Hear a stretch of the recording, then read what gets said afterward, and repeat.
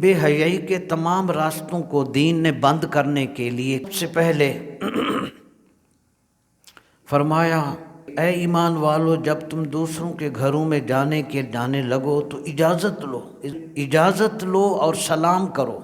اہل ایمان مردوں اور عورتوں کو نامحرم پر نظر ڈالنے سے روکا۔ کوئی بھی نامحرم عورت یا نامحرم مرد آئے تو حکم دیا کہ اپنی نگاہیں جھکا دو، تاکہ نہ نظر اٹھے گی نہ برائی کا خیال آئے گا۔